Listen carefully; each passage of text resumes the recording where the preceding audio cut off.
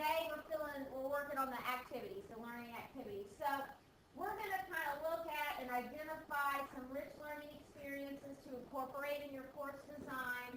We're going to look at reflective dialogue activities, and then we're going to kind of think about alternative methods to get information and ideas. So rather than you just telling them, allow the students to get the information before they come to class, and then you can spend your class time maximizing your instruction. And then we're going to kind of pick out some activities to incorporate your learning design. And then talk about a different way to think about, when you sit down to do your syllabus. And I'll tell you how I do it, and then I found this way, and I was like, this might be a little more efficient for what I want to accomplish. So I'll share that with you. I say this every time. We're not going to go through the whole process. This is an introduction to this model, all right? And we will support you as you incorporate this type of design model if you choose to do so, which we're really hoping. So I didn't do this for nothing. All right.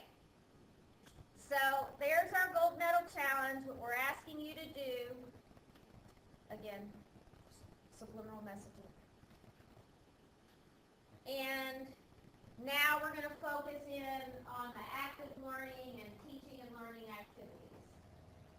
So yesterday we kind of looked at this chart, okay? And I said, okay, holistic active learning involves, according to Fink, involves 3 different types of activities: experiencing, reflective dialogue, and information and ideas. Now, table chart gives you kind of some good ideas about, or at least kind of describes a little bit better, some learning activities. So you have direct and indirect ways to obtain things. I did my notes for this.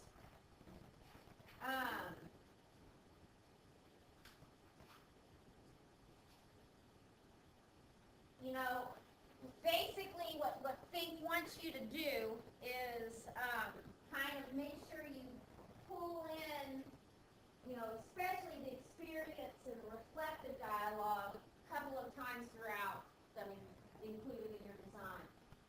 Getting information, ideas, direct, primary data, primary sources, indirect, or vicarious, your lectures and your textbooks. Yeah, you are directly giving them the information, but it's talking about how is the students receiving it. And they are receiving it from a different person. If they go out and get it, then that then becomes direct, because they are obtaining information and ideas, which is why they would go to primary data and primary sources. So as you go in and you start thinking about what activities attached to your learning goals, that chart may allow that brain to flow. That's why I included it. So rich learning experiences, what are they? They're when the student's able to simultaneously acquire multiple levels of higher learning. Okay, we kind of talked about the integrated taxonomy, how one could play off the other. I mean, that really should be your goal. And I guess, I don't know if you noticed this about me, I'm pretty competitive, and I like to win. And so to me, if I were designing an instructional event, and I know that those pieces are integrated, and there's 6 of them, I'll be like, how many can I get with one strategy? That to me, that would be my challenge. And, we'll be doing everything. As you are developing these, don't just think, one, I've attached the variable with this learning activity. Think, can this learning activity get more? Rich learning experiences are where you're experiencing your content in a real-life situation. Role-play debates, that sort of thing. Out-of-class, service learning, authentic projects are probably some of the most meaningful learning experiences a student has, because they're allowed to put themselves into that authentic project rather than everybody doing the same project. So those are really good learning experiences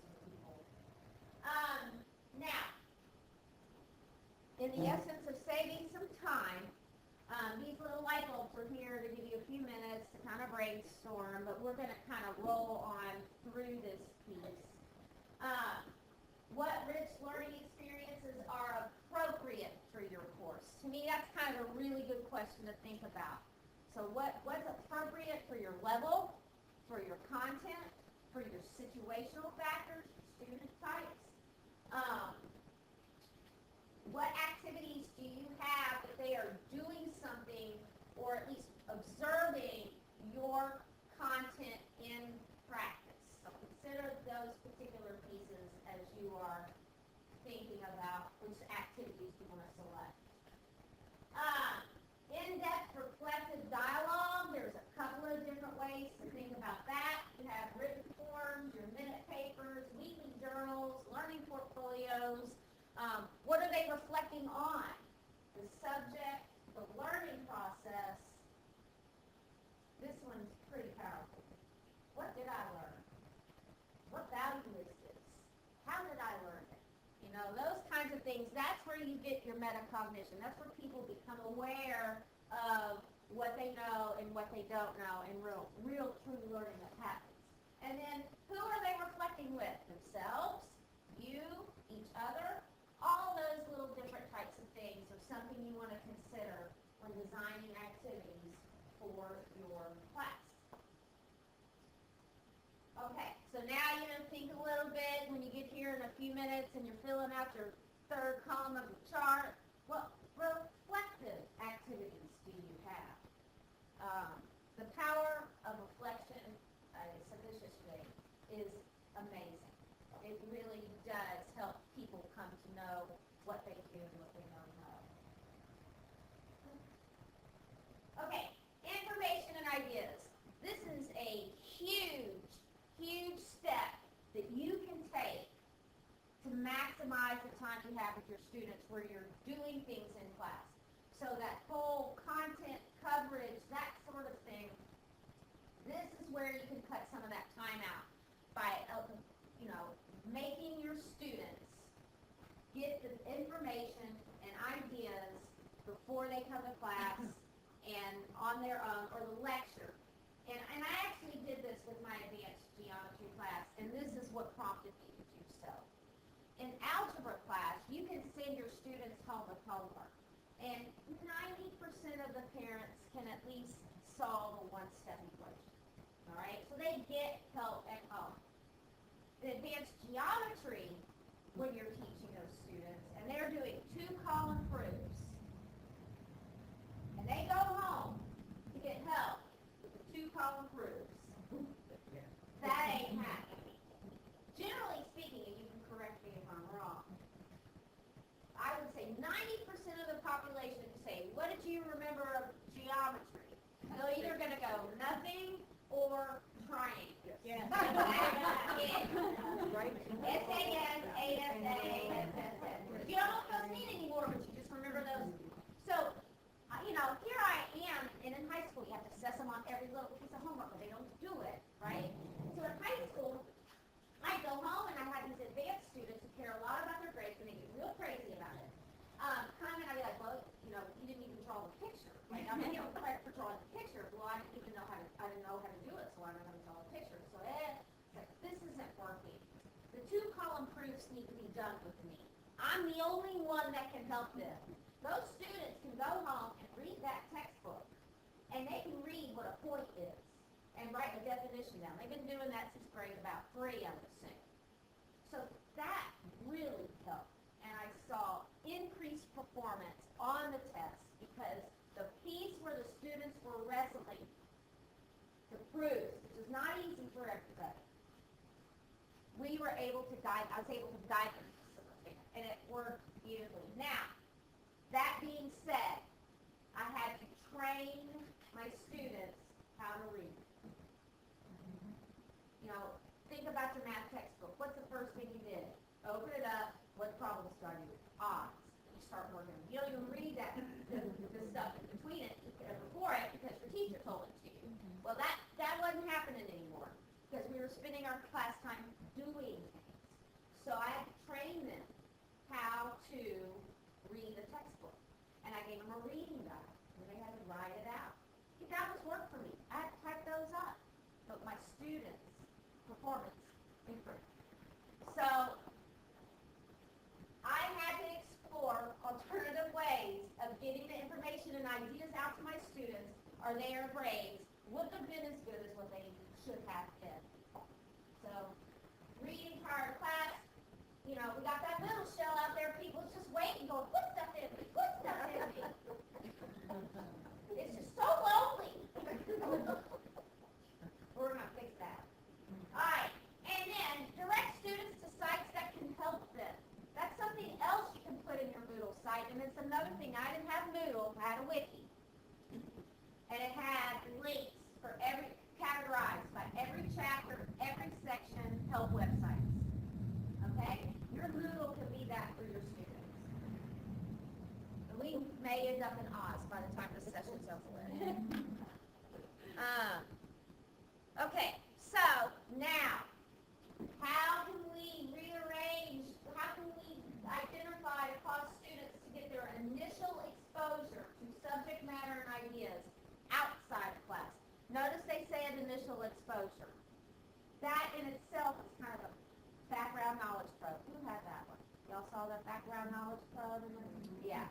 Okay, that in itself is a background knowledge probe. So now you know what you need to cover. Okay, so basically here's an example of a 3-column chart, but not in chart form. Learning how to learn goal. This is an accounting, legal issues in an accounting course. That just sounds like wrong. Sorry. I apologize. This is my accounting. Swipe, swipe, swipe. That's how I account. All right. So students will be able to do research to assess and apply court cases to legal issues. Feedback and assessment. They're going to draft a team problem that requires research, and then they list kind of the activities that support the learning goals. Okay? If this isn't helping them obtain that, it's a waste of everybody's time. How you know if it is, kind of look at the verb that you have and see if the action reflects or mirrors the verb that you have picked out. That's how I kind of do it. And it can get a little tricky, but I really go for that verb. Do you have a question? All right. Question I have for me. Let's just say I want to talk about my toes and my own. So typically in lectures, for me, it takes about a class and a half, not class and a half to get it done. But, and that's typically lecture. And what allows us to lecture is because we have labs. Right. And the lab is where we get to do hands-on mitosis, meiosis. That's when we get to talk about usually the stages of mitosis and bees. They have to construct the various stages. That's when, what happens if the bees, what happens if this does this, what happens if this doesn't happen. So, should I entertain the thought of double dosing? Well, I guess I have a question for you, and this was my initial thought. All right, so your lecture is where you're explaining information and ideas. Because I know in the lab they're going to get hands-on. Right. So and this is another way to think about it. What if they still watched the lecture online, and then when they came into your class, you expanded on that lecture in either like historically, or not doing the hands-on stuff, but there's other things. I wish I knew your subject a little better, but I really, honest to God, didn't go to very many biology classes. I played games on that. Yeah, you can include games. You can have them do these little learning activities, so that they're taking the lecture and like chewing it up a little bit. Yeah. Okay. All right. Does that make sense? Yeah. Okay. It's hard. It's just I don't really know about I it. needed to know whether to what extent it does go, because Right. they get it heavy. Right. No. And I think maybe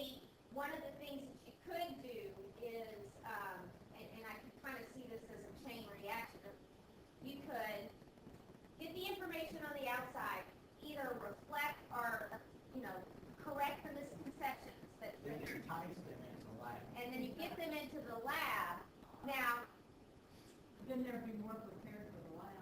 I would think that, or what I was thinking too is, can you raise the bar of the lab, make the lab even better? Like, I understand you have like things you have to go through, but what's the? Already high. Okay, so that was great. Anybody else have any questions? It's kind of hard to think about, like, I really do like instructional strategies, to think about them on the fly. Pressure.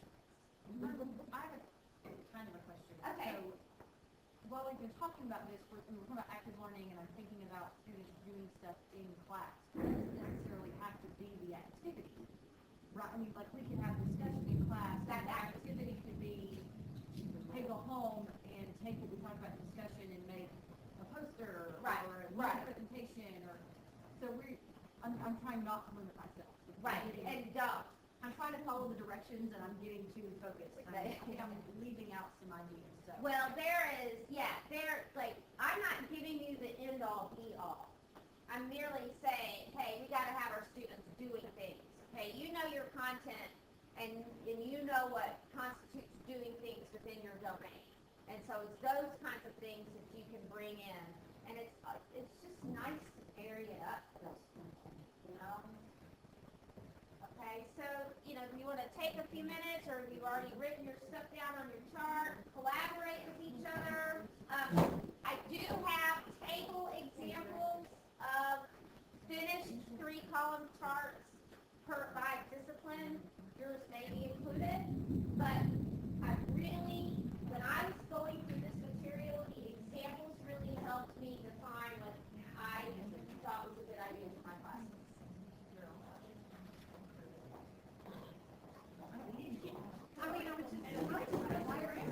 All right, you guys generated some really good ideas? Yeah. Feel good about where we are? You ready to move on? Okay. All right, now, this is the piece I was talking about earlier is you got these learning activities, you got it all. You thought about everything, and now it's time to, like, get it on a grid so we know when things are happening in our classroom.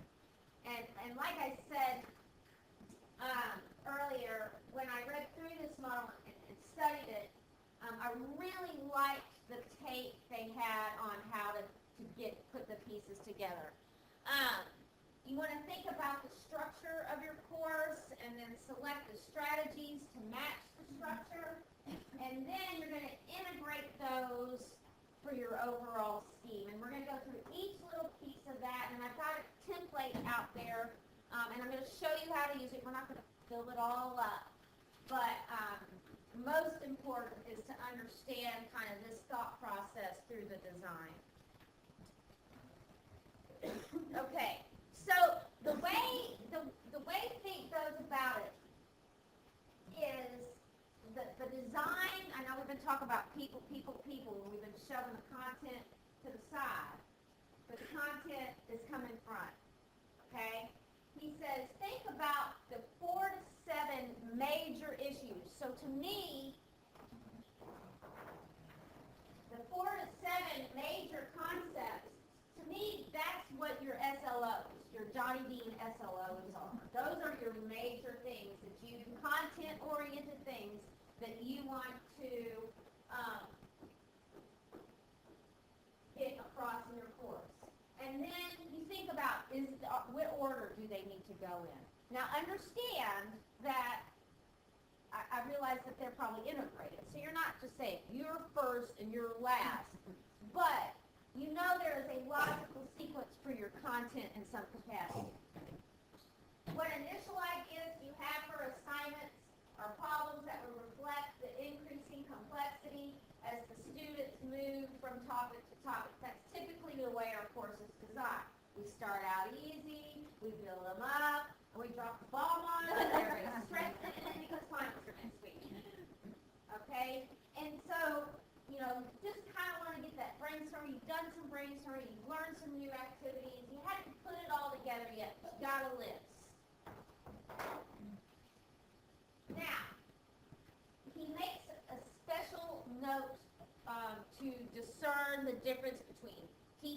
techniques and instructional strategies.